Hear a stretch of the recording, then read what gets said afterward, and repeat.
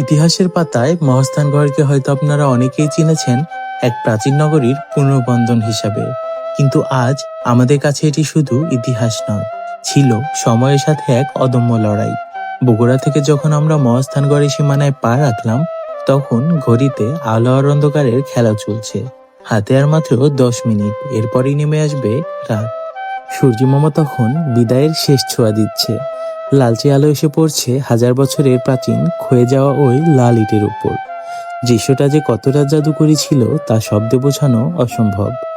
ইচ্ছে ছিল ঘন্টার পর ঘন্টা দাঁড়িয়ে ইতিহাসকে অনুভব করি, ক্যামেরায় প্রতিটা কোণ নিখুঁতভাবে বন্দি করি। কিন্তু গোধূলির আলো যে বড়ই নিষ্ঠুর, সে কারোর জন্য অপেক্ষা করে না। খুব বেশি ফুটেজ নেওয়া হয়তো সম্ভব হয়নি, কিন্তু এই অল্প সময়েই যেন মহাস্থানগড় আমাদের এক অন্যরকম রূপ দেখালো। দিনের ব্যস্ততা শেষে চারপাশটা তখন অদ্ভুত এক নীরবতায় ঢেকে যাচ্ছিল। হাজার বছর আগে এ রাজপথে হয়তো বহু মানুষের কোলাহল ছিল, অথচ আজ এই আবছা আলোয় দাঁড়িয়ে মনে হচ্ছিল সময় যেন থমকে গেছে। ক্যামেরার লেন্স হয়তো সবটুকু ধরতে পারেনি, কিন্তু চোখের সামনে ভেসে থাকা সেই গোধূলির রূপ আমরা কখনোই ভুলব না।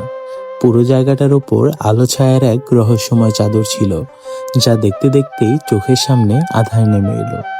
আজকের পথ চলা এখানেই শেষ হতে হলো ঠিকই, তবে এই অপূর্ণতায় রয়ে গেল আবারও ফিরে আসার সবচেয়ে বড় কারণ। পরবর্তী কোনো এক ঝকঝকে সকালে হয়তো আবারও দেখা হবে এই প্রাচীন সভ্যতার সাথে। ততদিন পর্যন্ত আলবিদা, মহাস্থানগড়।